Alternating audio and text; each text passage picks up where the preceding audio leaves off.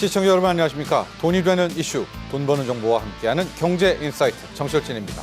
최근 조선과 방산을 아우르는 K 해양방산 업계에 반가운 소식이 있었습니다. 이 존스펌 등으로 자국 조선 사업을 보호해왔던 미국이 미군 해군 군함 건조를 한국 등 동맹국에 맡길 수 있게 하는 해군 준비 태세법 등 다양한 법안을 발의하고 있는데요. 오늘 첫 번째 이슈로 미국 의회에 현재 발의 중인 미국 선박 해외 건조 허용 법안의 자세한 내용과 함께 이게 우리의 해양, 조선, 해양 방산 산업에 어떠한 영향을 미칠지 자세하게 짚어보도록 하겠습니다. 자, 두 번째 이슈는 2차 전지에 관련된 겁니다. 작년 전기차 화재 사고가 발생하면서 정부는 전기차 화재 안전관리 대책을 발표하고 세부 시행될 절차 마련해오고 있지 않습니까? 자, 바로 그 일환 중 하나로 바로 오늘부터 전기차 배터리 인증제 그리고 이력 관리제 이 두 가지가 시행이 됩니다. 오늘 두 번째 이슈로 바로 이 두 가지 시행한 전기차 배터리 인증제, 이력 관리제에 대해서 자세히 살펴보고 전기차 시장에 대한 전망도 함께 해보도록 하겠습니다. 자, 경제인사이트는 유튜브 경제인사이트 채널을 통해서 실시간 시청이 가능합니다. 많은 시청 바랍니다. 자, 현재 시각 금융시장의 흐름부터 살펴보죠. 먼저 국내 주식시장 상황 알아보도록 하겠습니다. 자, 오늘 코스피, 코스닥 양시장 상황 좋습니다. 특히 코스닥의 상승폭 더 큰데요. 코스피 시장 0.5% 이상 오르며 2,600선을 그대로 상향 돌파했습니다. 현재 시각 2,605에서 2,608포인트에서 움직이고 있는 흐름이고요. 코스닥의 상승폭은 훨씬 더 큽니다. 자, 장 시작부터 상승을 해서 상승폭을 더 키워가고 있는데요. 1.4% 이상 오르면서 767, 766선에서 코스닥 지수 상승하고 있습니다. 하지만 외국인들의 수급은 좀 엇갈린 모습입니다. 코스피 시장에서는 꽤 많이 팔고 있습니다. 2천억 이상 순매도를 보이고 있고 반면 코스닥 시장에서는 500억 이상, 600억 가까이 순매수를 보이면서 코스닥 상승을 견인하고 있는데요. 최근 들어서 외국인 투자자들 뚜렷한 흐름 없이 순매도, 순매수를 오고 가고 있는 그런 형국을 함께 보이고 있습니다. 현재 거시지표 중에서는 무엇보다도 환율이 좋습니다. 최근 미국의 시장 금리가 떨어지고 달러 약세가 나오면서 국내 원달러 시장에도 반영되고 있는데 장중에는 1,430원대도 갔다가 현재 시각은 1,440선 초반에서 함께 움직이고 있습니다. 어서 빨리 환율이 좀 더 떨어지는 원화 강세 흐름 나오기를 기대해 보도록 하겠습니다. 자, 비트코인은 정체 상태입니다. 계속해서 1억 4,500, 1억 4,600, 1억 4,400만 원대에서 움직이고 있는데 달러 기준으로도 96,000, 97,000달러에서 움직이고 있는데 아마 조만간 상승이든 하락이든 큰 방향으로 가닥을 잡을 것이다. 이런 분석들 많이 나오고 있습니다. 자, 지금까지 현재 시각의 금융시장의 흐름 짚어봤습니다. 자, 오늘 첫 번째 이슈 바로 시작을 해보도록 하겠습니다. 먼저 준비된 영상 보시고 난 뒤 본격적인 이야기 이어가죠.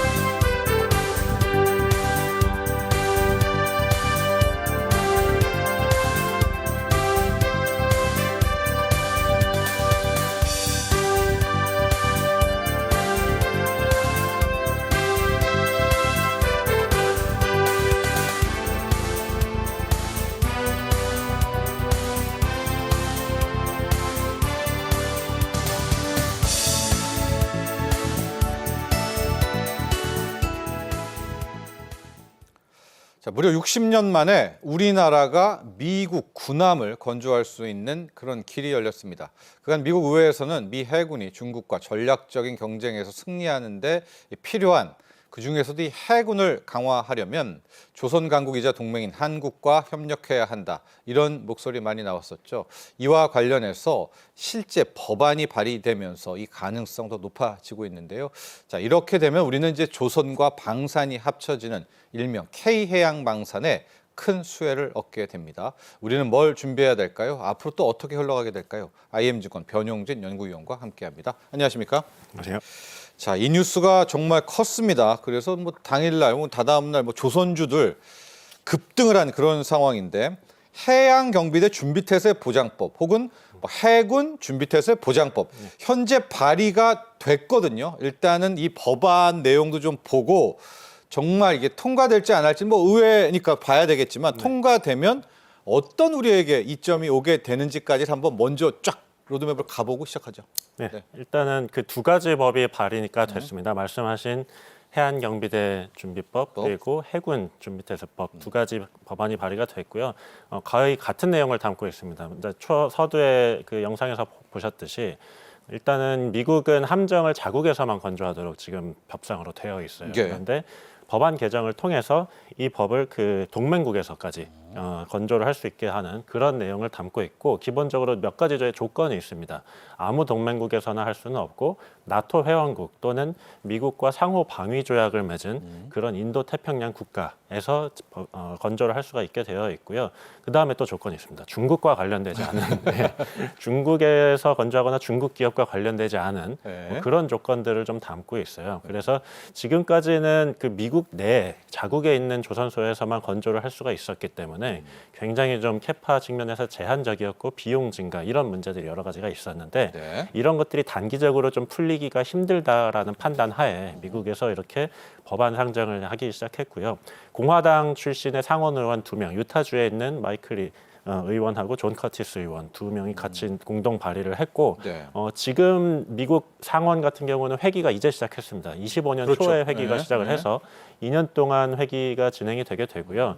뭐 법안 통과까지는 여러 가지 좀 단계가 있습니다. 상원을 먼저 상임위 회부가 있고 상원을 통과해야 되고 또 하원을 통과해야 되고 최종적으로 대통령 서명까지 뭐 여러 가지 절차가 있겠지만은 일단은 상원에서도 공화당이 현재 좀 숫자적으로 우세한 상황이고 이 법안의 내용을 봤을 때 뭐 상원에서 민주당이든 공화당이든 떠나서 미국의 국가 안보와 직결된 그런 내용이기 때문에 이거를 뭐 굳이 반대해야 될 이유는 없을 거라고 보고 있고요. 뭐 물론 일부 조선소가 위치한 뭐 그런 지역구 의원들의 좀 의견이 다를 수는 있겠지만은 법안 통과까지 크게 제 생각에는 뭐 어려움이 없지 않을까라고 생각이 됩니다. 법안이 통과되면 우리 거제 조선소에서 미국 군함을 우리가 만들어 가지고 그걸 미국으로 보내는 이게 가능한 거죠? 이론적으로는 충분히 가능하고요. 이론적으로. 거제뿐만이 아니라 뭐 울산에 있는 현대중공업, 거제에 있는 하나오션 2개의 조선소가 유력하게 뭐 거론이 되고 있고요. 뭐 지금 한진중공업 같은 경우도 HG중공업이죠. 조선에 위치한 그런 중공업도 특수선을 만들고 있기 때문에 넓게 보면은 거기까지도 좀 수혜를 받을 수도 있는 뭐 그런 내용이 된다고 보시겠습니다. 우리나라에서 미국의 함정을 만들 수가 있습니다. 표 한번 잠깐만 다시 한번 보여주시죠. 앞서 이제 표에 보면 모든 내용이 잘 담겨 있었는데 거기 보면 법안명, 내용, 그리고 해외 건조 조건이 있습니다. 대신 비용은 미국보다 우리가 싸야 된다. 중국은 안 된다. 중요한 내용입니다. 비용이 미국보다 싸야 되고요.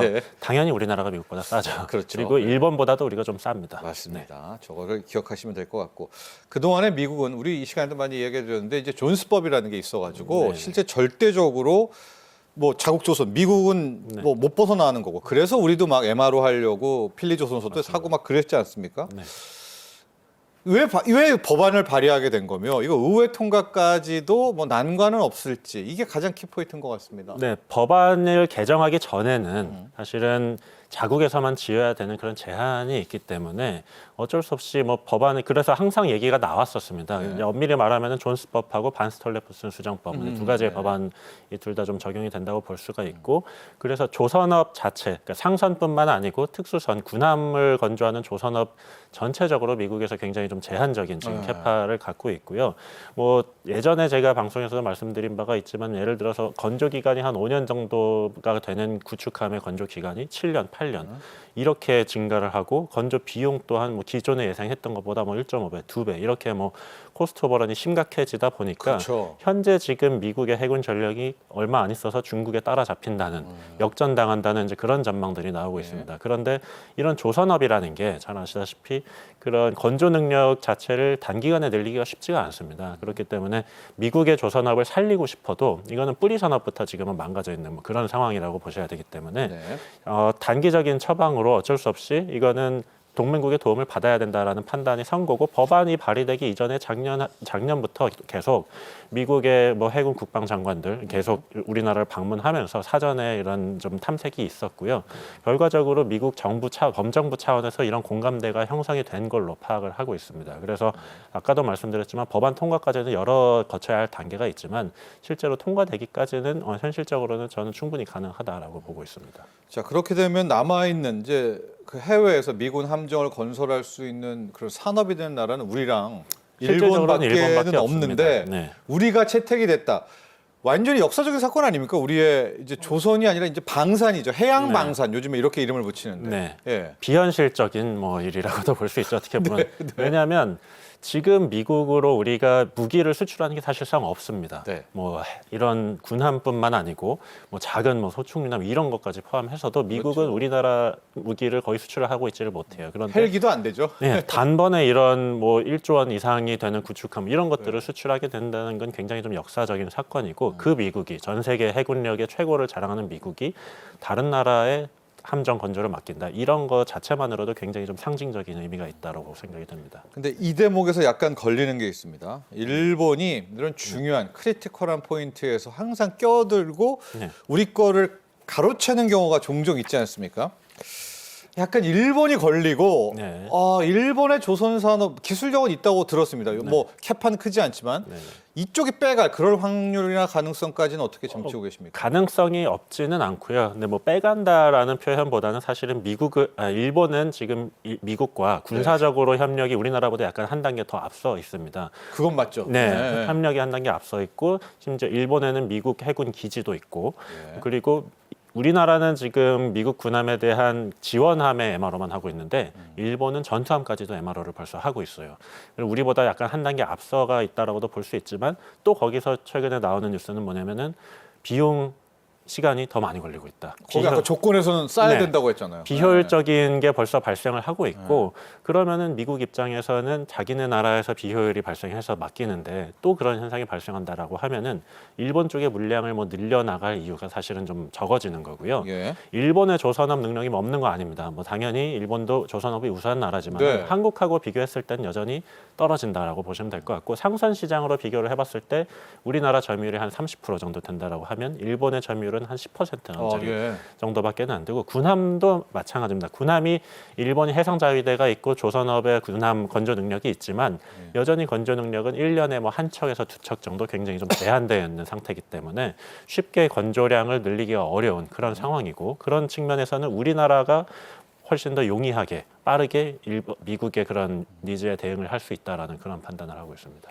위원님의 분석을 하면은 일본은 안 될 것 같고 지금 우리나라만 남은 거잖아요. 네. 우리나라밖에 안 되는 없습니다. 건 아니고 네, 뭐 네. 우리나라가 좀 더 잘할 수 있다. 우리나라가 훨씬 네. 더 비교 그런 위에 상황입니다. 있다. 네. 경쟁력이 있다. 맞습니다. 네. 자, 그렇게 되면은 이 다음 이야기는 어떻게 펼쳐지냐면 미국이 오더를 주문을 해서 우리가 함정을 건설하기도 하지만 그 기술력을 쌓아서 이제 우리가 뭐 비행기도 수출하고 전투기도 수출하고 헬기도 수출하고 장갑차도 수출하는데 지금 군함은 수출을 안 하지 않습니까? 네. 아예 이참에 군함도 만들어서 이제 세계 각국에 수출하는 그런 수준까지 올라갈 수 있는 거 아닙니까? 이제 해보면 군함을 저희가 수출을 안 한 건 아니고요. 군함도 우리가 해야 합니까? 일부 했었던 기록이 있습니다. 영국의 뭐 예를 들어 군수 지원함이라든가 예. 뭐 인도네시아 잠수함 이런 것들의 수출 이력이 있고요. 예. 다만 이런 뭐 대형의 전투함, 뭐 이지스함이라든지 전투함이요? 예.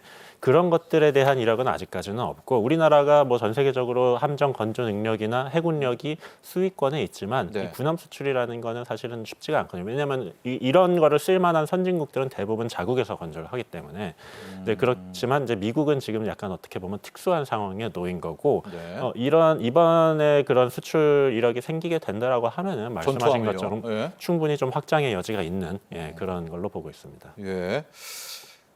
전투함까지 우리가 수출을 하게 되면 완벽하죠. 육해공이 이제 네. 우리 방사는 다 갖추게 되는 이제 그런 상황입니다. 자, 이렇게 돼서 이제 저희는 오늘 조금 더 이 방산 중에서도 해양 방산에 좀 초점을 맞춰서 이야기를 풀어가 보려고 하는데 HD 현대중공업, 한화오션 한때 좀 막 경쟁도 하고 했다가 지금은 HD 현대중공업이 수상함, 한화오션이 잠수함 이렇게 좀 약간 분리가 된 거는 맞나요? 교통 정리가 된 건 맞아요? 최근까지도 그런 예를 들어 호주 호위함 사업 이런 예. 데서 각자 경쟁을 하다가 낙마를 한 사례가 있습니다. 그래서 한창 뉴스 보도도 많이 나왔었고 예. 이거 뭐 우리나라 업체들끼리 경쟁을 하는가 뭐 굳이 원팀을 만들어서 해야 된다 이런 뉴스들이 나오다가 결국에 더 최근에 나온 것으로는 결국은 합의를 해서 네. 국가의 중재 하에 앞으로는 원팀으로 하자. 더 잘하는 것들에 집중하자. 예. 현대중공업은 말씀하신 수상함, 한화오션은 잠수함 위주로 집중을 해서 뭐 예를 들어 물량이 한 업체에서 다 안 될 경우에는 협력까지 하는 그런 협력까지. 방안까지도 고려를 지금 하고 있고요. 네. 그래서 호주에서 그런 낙마된 경험을 바탕으로 해서 향후로 나올 이런 캐나다 잠수함 이런 쪽에는 아마 협력의 가능성이 좀 더 높아진 상태라고 보시면 될 것 같습니다. 네. 한화오션이 여러분 이제 대우조선해양이었습니다. 이제 이름을 이제 인수해서 변경을 하게 된 거고요. 저희가 지금 표를 좀 했는데 표도 함께 좀 설명 좀 해주시겠습니까? 예. 네. 현대중공업이 건조하고 있는 저 정조대왕함급 구축함, 네. 이제 수상함, 이지스함의 대표적인 최신의 함이고요. 그렇죠. 한화오션은 도산안창호급 잠수함, 이제 3,000톤급 이상의 그런 잠수함을 만들고 있는데 표에서 보시다시피 수상함은 현대중공업이 집중적으로 수주를 해서 지금 건조를 하고 있고요. 예. 한화오션은 잠수함 쪽을 6척 중 5척을 해서 좀 압도적인 그런 실적을 보이고 있습니다. 그래서 이 군함 건조라는 것은 사실은 이제 쉽게 그런 실력을 쌓을 수 있는 게 아니기 때문에 잘하는 것에 보다 집중하는 것이 중요하다라는 관점에서 말씀하셨다시피 한화오션이 잠수함, 현대중공업이 수상함에 앞으로도 좀 더 집중을 하는 게 낫다라는 생각입니다. 우리 위원님 보시기에 저 두 뭐 배 있지 않습니까? 하나는 수상함, 정조대왕급 수상함도 있고 네. 또 도산 안창호급 잠수함도 있고 이게 한 어느 정도 수준일까요? 좀 이제 감히 좀 여쭤보면 이제 세 개 딱 내놨을 때 네. 이 군함, 이 잠수함 뭐 그레이드가 있을 거 아니겠습니까? 일단은 정조대왕함급 그 이지스 구축함은요. 네네. 현재 지금 미국의 주력 구축함하고 거의 재원이 동일합니다. 그렇기 때문에 그보다 조금 더 커요. 사실은 만재배수량 예. 기준으로는 12,000톤급으로 조금 더 크다고 볼 수 있고 탑재한 그런 무기 체계류들도 거의 세계 최고 수준입니다. 손색이 없다. 예, 손색이 없는 정도가 아니고요. 거의 최고 수준. 최고 수준. 이라고 정조대왕급. 보시면 될 것 같습니다. 예. 그리고 한화오션이 건조하고 있는 도산 안창호급 이 잠수함도 핵잠수함을 제외하고 그런 재래식 잠수함이라고 하죠. 이제 디젤 엔진을 쓰는 그런 잠수함 중에서는 가장 거의 최고 수준의 그런 스펙을 보유하고 있다라고 보시면 되겠습니다. 우리나라가 그 원자력 관련 제한이 좀 있기 때문에 핵잠수함은 건조를 하지 못한다라는 제한이 있지만 예. 재래식 잠수함에서는 가장 최고 수준의 건조 기술과 능력을 보유하고 있다라고 보셔도 됩니다. 자, 그렇다면은 지금 캐나다 잠수함 사업도 네. 수주 그걸 또 기다리는 네. 아마 주식 쪽에서는 투자자분들도 많이 계시는데 네. 캐나다 잠수함 사업도 뭐 가능성으로 따지면 좀 우리가 긍정적이다 이렇게 볼 수 있을까요, 수주가? 네, 캐나다 잠수함이 총 한 12척 정도 네. 규모의 건조 비용은 20조 원 정도, 예. 그리고 후속 지원까지 합하면 한 60조 원 60조 정도 로 규모로 보더라고요. 예. 굉장히 좀 큰 규모의 예. 그런 수주가 예상이 되는 거고요. 여기도 역시 뭐 일본이나 이런 국가들하고 경쟁을 하게 될 겁니다. 아직 입찰을 뭐 제대로 진행하고 있는 상황은 아니고 이제 계약 자체는 26년에서 한 27년 정도가 예상이 되고 있는데 아직 한 1, 2년 남았네요. 예, 시간이 좀 남아 있습니다. 이제 잠수함 사업이 워낙 좀 긴 호흡이기 때문에 아직 좀 기다려둬야 하는 상황이지만 이 캐나다가 요구하고 있는 것들은 자막 능력 그리고 배터리를 쓰는 그런 납축 전지를 쓰는 그런 배터리를 쓰는 예. 이제 스펙들을 고려를 해보면 결국은 또 일본하고 우리나라로 좁혀지게 된다. 네. 예, 이런 또 얘기가 되고요. 예. 이게 호주에서 우리가 경쟁을 하다가 떨어졌던 그 경험을 반면교사 삼아서 캐나다 잠수함 사업에서 이게 한 업체가 하기에는 사실은 좀 많은 양입니다. 잠수함 12척이라는 거는 우리나라도 1년에 한 척 하기가 사실 쉽지 않아요. 그렇기 때문에 두 업체가 굉장히 협력을 잘 해서 좀 수주전에 뛰어들게 되면 충분히 가능성이 있다고 보고 있습니다. 유럽 쪽도 여기 또 네. 뛰어들지 않을까요? 유럽의 뭐 독일이나 독일 뭐 있잖아요. 그런 네. 국가들이 뛰어들고 있는데 독일은 지금 또 호주 쪽에서 또 일본하고 지금 쇼트리스트가 돼서 경쟁을 하고 네, 있고 네. 근데 뭐 유럽 쪽 같은 경우는 보면은 일단은 비용적으로 봤을 때 큰 메리트는 일단은 없다라고 이제 볼 수가 있고요. 좀 비싸고 네. 공기도 좀 늦어질 수 있고 특히나 이렇게 척수가 많은 경우에는 뭐 가능성이지만은 제너럴리 봤을 때 공기도 좀 늦어지는 그런 좀 한정적인 게 있기 때문에 우리나라가 충분히 승산이 있다라고 보고 있습니다. 좋습니다. 네. 자, 캐나다 잠수함 무려 12척입니다. 우리 한화오션 또 HD 현대중공업 이번엔 원팀을 제대로 만들어가지고 이거 꼭 따왔으면 좋겠다 이런 바람 가져보도록 하겠고요. 이제는 통상적으로도 조선 이 해양방산 이야기를 해볼게요. 지금 트럼프 정부가 트럼프 대통령이 우리 조선은 건드리지도 않고 있습니다. 조선 쪽만은 완전히 지금 뭐 오히려 그쪽에서 하고 있는데 우리가 이걸 좀 레버리지로 조선은 우리가 잘해줄 테니까 반도체 자동차 쪽에 관세 협상 좀 약간 딜 협상 차원에서 조선과 해양방산을 좀 쓸 수는 없을까요? 뭐 이제 컨트롤 타워에서 위쪽에서 뭐 외교적인 뭐 문제고 제 분야를 넘어서는 것이기 때문에 사실은 좀 조심스럽긴 한데 개인적인 생각을 말씀드리면은 충분히 가능하다라고 생각을 하고요. 왜냐하면은 별로 없어요. 별로 없다는 게 우리나라가 트럼프한테 줄 수 있는 매력적인 것들이 그렇게 많지는 않습니다. 현 시점에서. 에너지 수입 정도죠. 네. 그렇기 때문에 근데 이게 사실 호혜적인 뭐 예를 상호적인 그런 거라고 볼 수도 있지만 왜냐하면 우리도 좋고 미국도 좋고 이런 거라고 볼 수 있지만 그 정도가 다릅니다. 중요성이 다르고 우리나라가 이 해양방산 수주를 해서 미국에 줬을 경우에는 우리나라는 일개 업체들 뭐 하나오션과 현대중공업의 수익이 되겠지만은 미국 입장에서는 가장 중요한 국방 안보 그리고 가장 중요한 중국과의 경쟁에서 해군력 경쟁에서 우위를 점할 수 있는 굉장히 좀 중요한 포인트가 되기 때문에 이게 사실은 1대1 교환이 아니고 우리가 주는 게 더 크다. 제 생각에는 이런 부분을 좀 강조해서 협상을 하면은 충분히 미국한테서 좀 좋은 결과를 얻어낼 수 있지 않을까라고 생각합니다. 그렇습니다. 지금 자동차 관세도 4월 2일 날 또 매긴다고 해서 참 정말 산업계가 좀 어둡고 뒤숭숭하거든요. 지금 해양방산, 특히 조선 쪽은 우리가 이니셔티브를 쥐고 있어서 우리 변 위원께서도 이걸 좀 협상, 레버리지 딜로 좀 사용하는 하나의 카드로 삼았으면 좋겠다. 또 이런 개인적인 또 바람을 함께 이야기를 해주셨고요. 자, 지금 정부도 손 놓고 있지 않습니다. 함께 뛰어들어서 우리의 조선방산이 해양방산에 더 박차를 가하고 있는데 3조를 일단은 K방산에 수출 지원을 하도록 하지 않겠습니까? 이제 방산의 3조, 여기에 해양방산도 분명히 포함이 되어 있겠고요. K방산이 지금 여기저기에서 뭐 긍정적인 리포트 이야기들 많이 나옵니다. 외신에서조차도요. 네네. 일단은 뭐 방산 수출이라는 게 뭐 당연히 아시겠지만 정부의 도움 없이는 일단 원천적으로 불가능하고요. 국가 일개 기업이 뭐 영업을 해서 팔고 뭐 이런 게 불가능합니다. 정부 보증이 있어야 되고 그렇죠. 방사청, 뭐 국정원 도움이 다 있어야 됩니다. 그렇기 때문에 이거는 뭐 정부의 치적이기도 하고 정권 뭐 왼쪽 오른쪽을 떠나서 어떤 정권임을 막론하고 정부의 그런 공과가 되기 때문에 방산 수출 뒤에는 정부의 노력이 항상 있는 그럼요. 거죠. 무조건 있습니다. 무조건 있고 정부의 도움이 굉장히 좀 절대적으로 필요한 부분이고요. 이번에 이런 해양 방산 수출에 있어서도 정부의 도움이 좀 절대적으로 필요하다라고 보는 거는 일단은 우리나라가 건조하고 있는 이런 특수선들 이런 거는 외국인이 종사하지를 못합니다. 지금 조선업의 인력이 부족한데 외국인들을 많이 좀 데려다가 쓰고 있거든요. 근데 많아요, 외국인. 이쪽에는 외국인을 투입을 할 수가 없어요. 올리 내국인만으로 해야 되고 심지어 이런 특수성 건조하는 인력들은 신원조회를 통과를 해야 되고 자격증을 받아야 되고 이런 여러 가지 조건들이 있습니다. 그 부분은 정부가 결국은 도와줘야 되는 부분이고 빠르고 신속하게 좀 많은 부분에 있어서 정부의 좀 협력이 있으면은 충분히 이런 수출 가능성을 높여줄 수 있는 그런 중요한 역할을 하고 있다라고 보면 되겠습니다. 그렇습니다. 그래서 10대 국방전략기술에 3조 원 이상도 투자하고요. K방산 특히 벤처 쪽 위쪽에도 2,600억이나 투입도 하고 정부도 많은 노력을 또 하고 있습니다.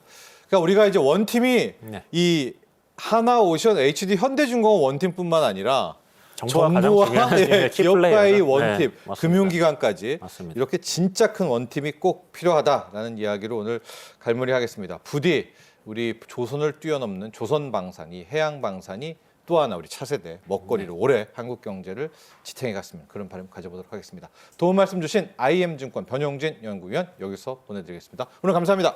감사합니다. 자, 이어서 두 번째 이슈 보도록 하겠습니다. 배터리 이력제 들어보셨습니까? 준비된 영상 보시고 난 뒤 이야기 이어가죠.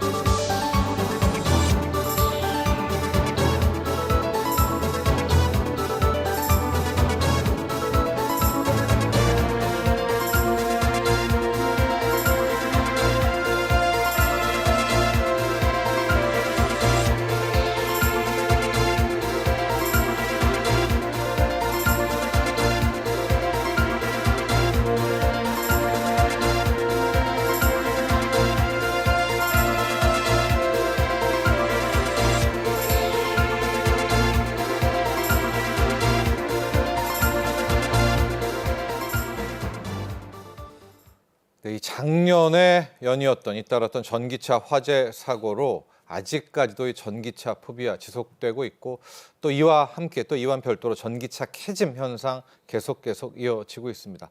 자, 정부는 전기차 화재 사고 예방은 어떻게든 해야 되겠다는 방침을 세우고 자, 바로 많은 준비 끝에 오늘부터죠. 전기차 배터리 인증제 그리고 이력 관리제를 시행하고 있습니다. 자세한 내용 그리고 앞으로 이것이 2차 전지 또 전기차 산업에는 어떤 영향을 줄지 살펴보겠습니다. 이인철 참 좋은 경제연구소소장 모셨습니다. 안녕하십니까?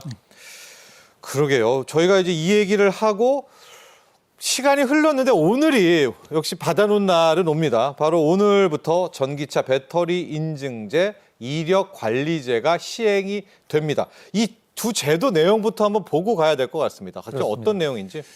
지난해 아마 기억하실 거예요. 네, 자동차 기억나죠? 아파트 단지 내 지하 주차장에서 충전 중인 이제 세워져 있는 전기차가. 멈춘 전기차가 갑자기 이제 화재가 나면서 전소가 되면서 다 탔죠. 그렇습니다. 그 피해가 잇따르니까 그 트라우마로 인해서 전기차에 대한 기피 현상이 좀 심해졌습니다. 이렇게 되다 보니까 배터리 안정성에 대한 이제 국민 불안이 커지자 너무 커졌죠. 그렇습니다. 이를 해결하기 위해서 정부가 이제 전기차 배터리 인증제, 이력 관리제를 이제 시행하겠다라고 했는데요. 오늘부터 전면 시행됩니다.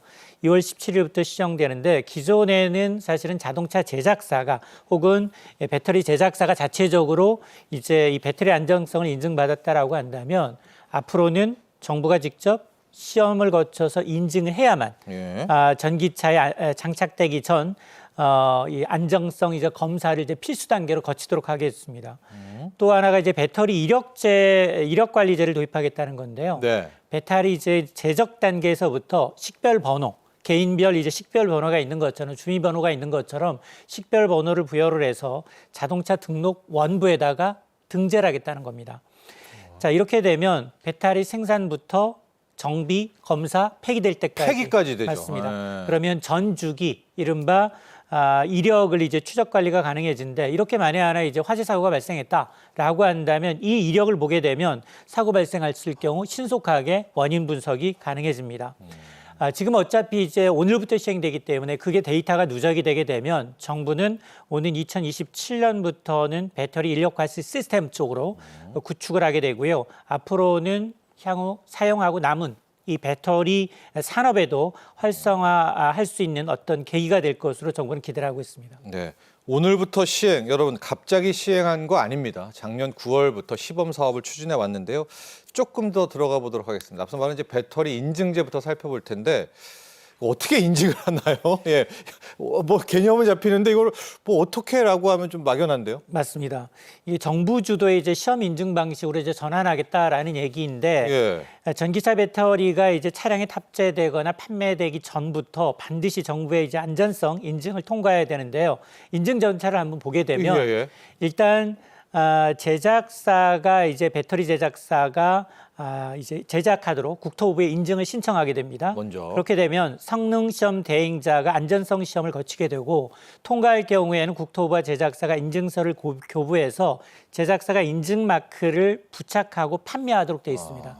이후에 사후 관리도 되는데요. 정기적으로 이제 검사를 하다 보니까 성능 시험 대행자가 지속적으로 안전성을 점검하는 방식으로 이루어질 수 있다라는 얘기인데요. 네. 여기에 이제 다양한 시험이 이제 함께 이루어집니다. 이 안전성 적합 여부를 판단하기 위해서는 이제 열 충격 시험 그리고 화재가 발생했었기 때문에 과열 방지 시험, 과충전 내지는 과방전 시험 그리고 전동 시험과 충격 시험과 같은 다양한 이제 시험을 거쳐야 하고 아마 정부는 이러한 이제 인증 절차를 통해서 배터리 안전성을 사전에 확보하고 또 전기차 화재 위험을 줄이는 동시에 신기술 도입에 따른 어떤 이제 위험 부담을 업계와 분담하는 것을 목표로 하고 있습니다. 두 번째 오늘부터 시작되는 게 이력 관리제잖아요. 앞서 우리 인철 소장께서는 잠깐 설명을 또 해주셨는데 이력 관리제도 자세히 한번 더 들여다보도록 하죠. 그렇습니다. 배터리 인력 관리제라는 건 이제 배터리, 전기차 배터리의 제작, 운행 그리고 폐기되기까지 전 주기를 추적 관리하는 제도입니다. 제작 단계에서 개별 배터리에 이제 식별 번호를 부여하게 되고요. 이를 자동차 등록 원부에 등재하게 되는데 식별 번호는 생산, 연, 월 를 포함해서 24자리 이하 일렬 번호로 구성이 됩니다. 근데 배터리가 한 개가 아니라 2개 이상이라 하더라도 각각 번호를 모두 기재하도록 하고 있고요. 네. 이를 통해서 배터리 안전성 인증뿐만이 아니라 운행 중에 정비 검사 이력도 확인이 가능하고 만에 하나 이제 전기차 화재와 같은 사고가 발생했을 경우 신속한 원인 분석이 가능해지는데 또 하나 이제 중간에 배터리를 교체할 수도 있거든요.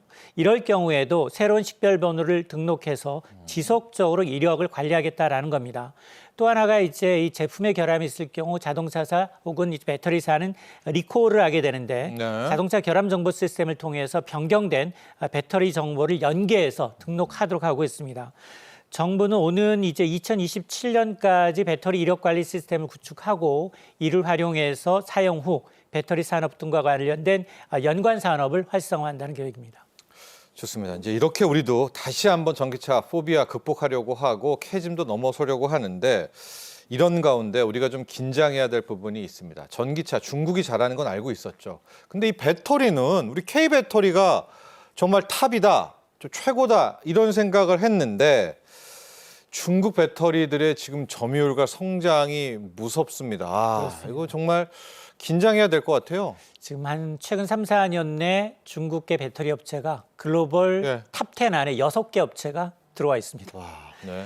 그러다 보니까 지난해 이제 이 전기차 우리를 밀어냈겠네요. 맞습니다. 네.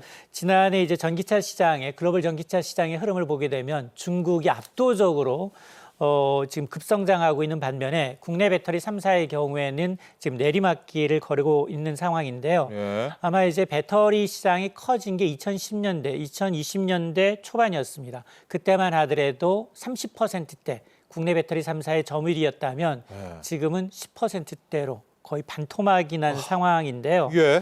중국 기업들은 강력한 내수와 이제 중국 정부의 어떤 획기적인 어떤 지원, 몰아주기죠. 네. 여기다 이제 글로벌 진출이 성과를 내다 보니까 글로벌 1위 업체가 중국 업체입니다. CATL. 여기는 고객사가 우리가 아는 전기차 대부분이 다 들어 있습니다. 테슬라, BMW, 벤츠. 폭스바겐까지 들어있다 보니까 글로벌 점유율 지난해 37.9%로 1위를 기록하고 있고요. 2위도 비아드입니다. 네. 비아드가 이제 가격 경쟁력을 앞세워서 중국을 넘어서 지금 아시아 유럽 시장에서 점유율을 끌어올리다 보니까 17.2%의 점유율을 기록하고 있고 4위가 또 중국 업체입니다. 4위가 이제 CALB라는 업체인데요. SK온과 그리고 일본 파나소닉을 제치고 6위에서 4위로 2계단 껑충 뛰었습니다. 네. 국내 배터리 3사의 경우에는 지금 북미 지역, 우리가 주력하고 있는 유럽 지역, 북미 지역의 수요가 줄고 있고 중국 업체들의 저가 공세에 굉장히 어려움을 겪고 있는데요. 지난해 배터리 3사의 점유율은 18.4%까지 떨어졌습니다. 자, 그러다 보니까 이 국내 배터리 업체들의 이제 점유율 방어를 위해서는 전략적 대응이 좀 필요한데요. 특히나 북미 지역, 유럽 지역 내에서의 안정적인 공급망 구축과 더불어서 차세대 배터리 기술을 개발해서 조금은 중국과는 차별화해주는 방안, 또 가격 경쟁력을 확보를 통해서 글로벌 시장에서 이제 입지를 좀 강화해야 되는 숙제를 안게 됐습니다. 자, 이런 가운데 중국의 전기차, 세계적인 전기차 업체가 됐죠. 비아디가 국내에도 진출을 했는데요. 실은 들어올 때부터 이런저런 혹자는 음모론이라고 이야기를 했는데 이게 어느 정도 사실로 좀 드러난 부분이 있습니다.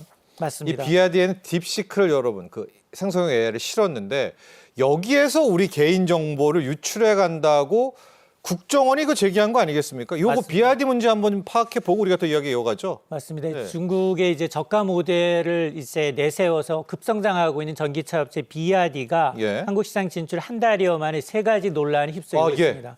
첫 번째가 개인정보 유출 논란입니다.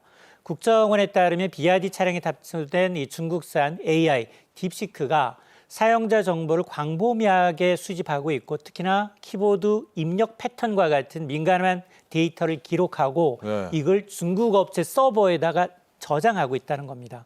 그렇게 되면 비아디 차량의 소유자의 민감한 개인 데이터까지 중국 정보로 넘어갈 수 있다라는 우려가 커지다 보니 국내 소비자들의 불안감이 커지고 있고요. 두 번째는 출고를 앞둔 비아디의 전기차 아토3의 성능 문제도 꾸준히 제기가 되고 있는데요. 이 문제는 유럽에서 제기가 되고 있습니다. 유럽의 자동차 안전성능 평가 프로그램에서 운전자 모니터링 기능에서 0점을 받은 겁니다. 0점이요? 맞습니다. 네. 속도 제한 표지판을 감지하지 못하는 오류가 발생을 했고요. 또 자율주행 기능이 미흡하다라는 이유 때문인데 이외에도 겨울철 저온 상태에서는 주행 환경에서 배터리 성능이 굉장히 급격하게 저하되고 있다라는 이제 지적까지 나왔습니다. 네. 세 번째는 국내 출고 지원과 보조금 지급의 불확실성인데요. 환경부 보조금 지급을 위한 이제 전기차 보급 평가가 아직 완료가 되지 않았습니다. 비아드는 이제 보조금이 핵심 경쟁력인 만큼 지급이 지연되거나 축소될 경우 시장 진출에 타격이 우려될 수밖에 없는데 비아디 아토3는 사실 준중형 SUV입니다. 맞습니다. 네. 그래서 국내 완성차 업계 동급 모델보다도 1,000만 원 이상 저렴한 네. 3,100만 원대예요. 거기다가 보조금을 받게 되면 2천만 원대가 이제 네. 되거든요. 그런데 여기에다가 자율주행 기능은 또 무료로 탑재하겠다는 겁니다. 네. 이런 여러 가지 인센티브에도 불구하고 지금 보조금 문제, 성능 문제, 그리고 이제 개인정보 유출 논란이 해결되지 않은 한 한국 시장에 안착하기는 상당히 좀 어려운 상황입니다. 네, 저 개인정보 유출 문제는 우리 당국도 좀 긴장하고 뛰어들어야 될 것 같습니다. 비아디 전기차 문제까지 저희가 워낙 이슈가 되고 있어 잠깐 짚어봤고요. 자, 이렇게 배터리 2차 전지에서도 중국이 뭐 추격이 아니죠. 이제 우리를 앞질러 가고 있으니까 우리는 그 다음 레벨 꿈의 배터리라고 불리는 전고체 배터리 쪽으로 이제 매진하고 달리고 있습니다. 현대차는 얼마 전에 이제 자신들이 뛰어들어서 전고체 배터리 만들고 탑재하겠다 이슈가 나왔는데 전고체 배터리 이게 나오면 이제 뭐 트럼프도 마음을 바꿀 것이다. 아예 전기차 시장에 바뀐다. 전고체 배터리 살짝 좀 설명해 주시고 방향도 한번 좀 이야기해 주시죠. 맞습니다. 이제 중국이 이제 가장 잘 나갈 수 있는 게 이제 리튬이온 배터리 부분에서 저가 부분에서 굉장히 이제 자국산 모델에 탑재하고 공격적으로 가격을 낮추면서 전 세계 시장을 지금 점유하고 있는 상황인데요. 네.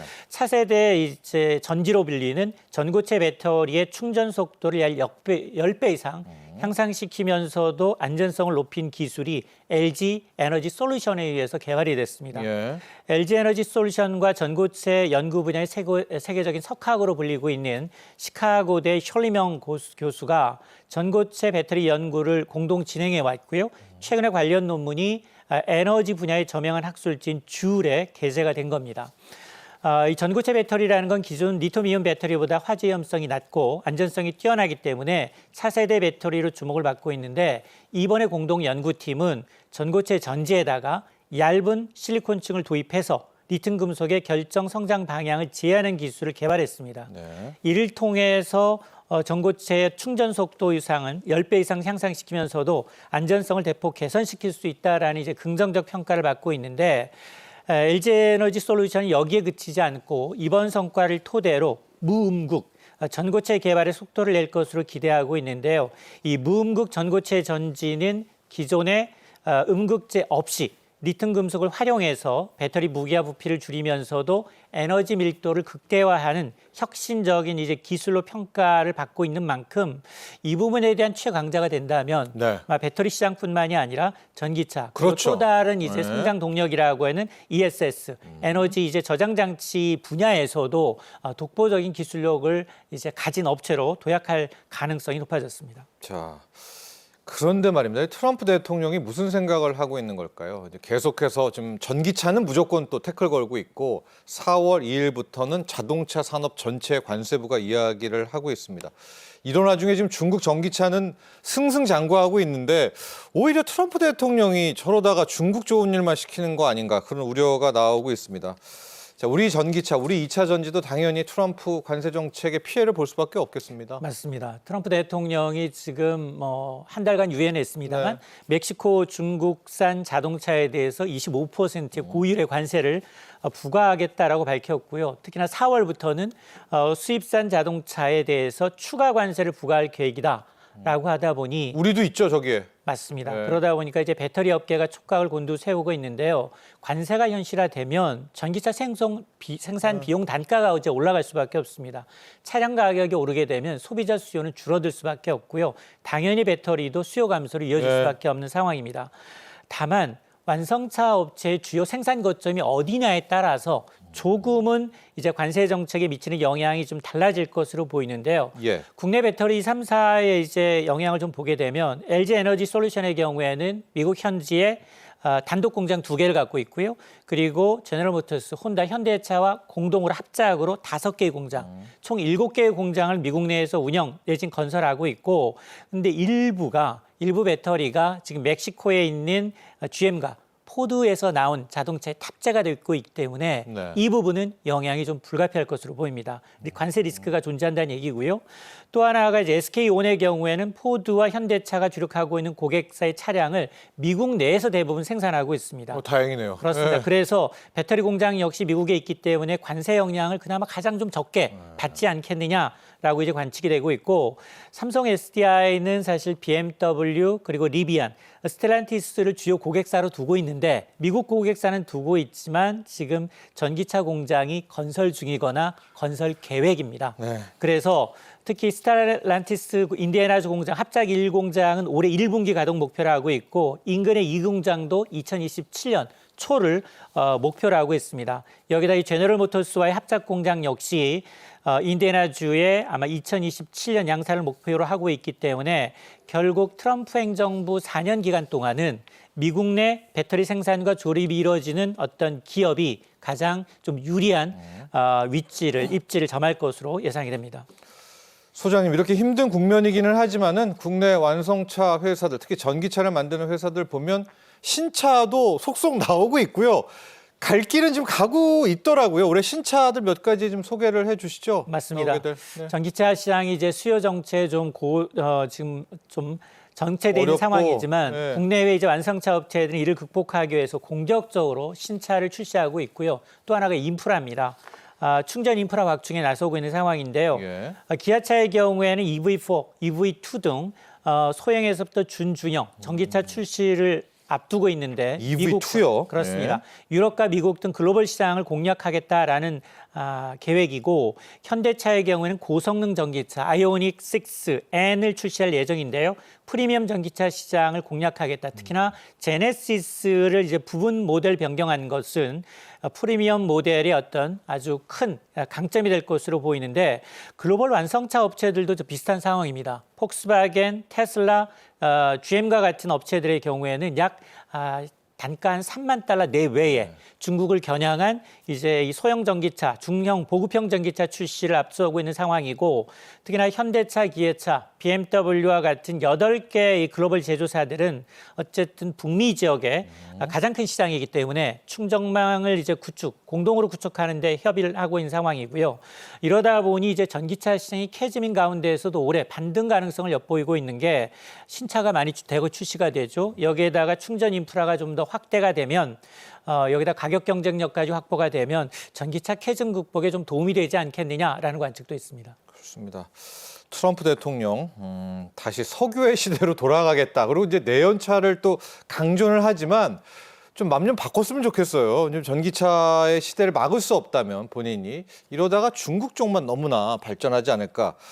올해 전기차 시장 전체 전망은 어떻습니까? 이게 뭐 캐즘이다, 망했다라고 하더라도 수요는 꾸준하다라는 또 그런 이야기도 한편 나오고 있거든요. 맞습니다. 지난해 중국을 제외하고 세계 각국에 등록된 전기차 대수가 600만 대를 넘어섰습니다. 네. 에너지 이제 시장 조사 업체는 S&E 리서치에 따르면 지난해 중국을 제외한 세계 80개국에 등록된 전기차 대수가 601만 대인데요. 1년 전에 비해서 6.1% 성장을 한 겁니다. 네.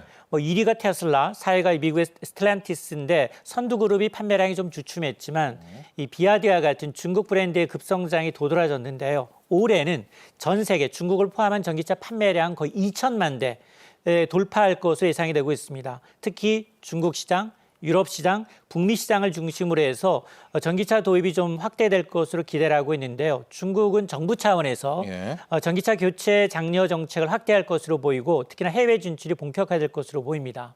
특히 유럽은 지난해는 좀 감소했던 전기차 시장이 탄소 배출 규제 이제 강화로 인해서 네. 반등 가능성이 제기가 되고 맞습니다. 있고, 북미 지역에서는 전기차 보급 속도는 유지가 되지 않겠느냐.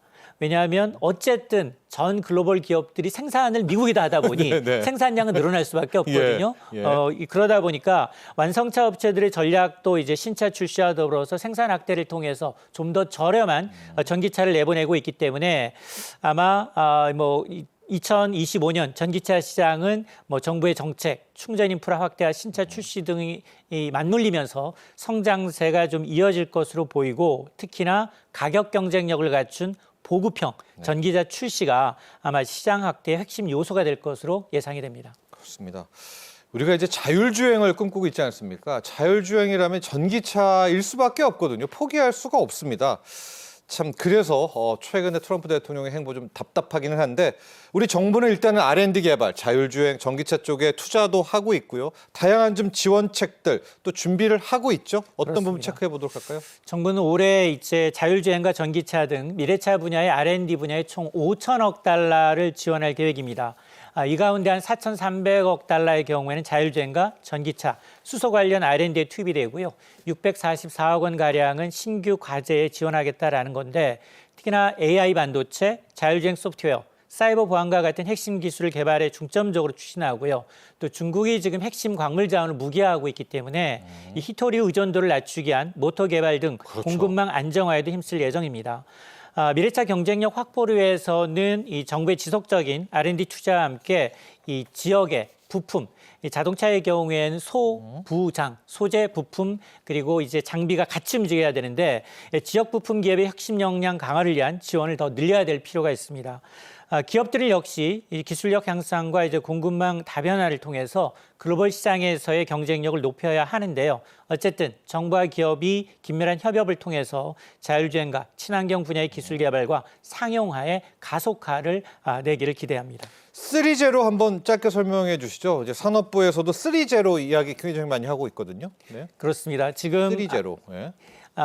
정부가 이제 추진하고 있는 이런 이제 이 연구별 자율주행과 이제 전기차 프로그램 가운데 하나입니다. 예. 그래서 아마 3제로뿐만 아니라 이 지금 이 하고 있는 네. 전기차, 자율주행, 수소차 관련한 R&D에 직접 투입하게 되면 정부의 이제 이 역량과 더불어서 민간 기업들이 아마 기술 편성을 대가로 해서 네. 이런 기술 개발을 하게 되면 글로벌 시장에 이제 네. 큰 네. 이제 운전자 개입 없이 자율주행할 경우에 사고가 없고 그리고 운전자 개입 없으면서 기술 격차가 없는 격차가 공정한 이제 활용을 의미하는데 자율주행 단계가 아무래도 이제 전기차에서 가장 먼저 시행이 되고 그 이후에 이제 최종 우리가 얘기하는 5단계가로 가기 위해서는 반드시 거쳐야 될 단계이기 때문에 이 부분에 대해서도 정부가 주력하겠다라는 겁니다. 그렇습니다. 자, 산업부가 굉장히 많이 발빠르게 또 움직이고 있다는 점도 함께 여러분께 알려드립니다. 자, 도움 말씀 주신 이인철 참 좋은 경제연구소 소장 여기서 보내드리겠습니다. 오늘 감사합니다. 자, 여러분 경제인사이트 오늘 준비한 소식은 여기까지입니다. 올해 한국의 반도체 수출이 그 어렵다는 전망 속에서도 역대 최대를 기록할 수 있다. 이런 전망이 나왔습니다. 수출입은행 해외경제연구소는 최근에 2025년 반도체 산업 수출 전망 분석을 통해서 올해 반도체 수출 역대 최대로 예상된 지난해보다도 10% 더 성장할 수 있다. 이렇게 보고서를 내놨습니다. 약 220조 8,500억대까지로 전망을 했거든요. 그러나 변수도 있죠. 트럼프 대통령의 관세 정책입니다. 부디 이 변수, 트럼프 관세라는 큰 산을 넘고 오늘 우리 K반도체 올해에도 우리나라의 수출의 1등 역군이 되기를 아주 간절히 기대해 보도록 하겠습니다. 오늘 여기서 인사드리도록 하겠습니다. 수요일 오후 3시에 다시 찾아뵙죠. 여러분 감사합니다.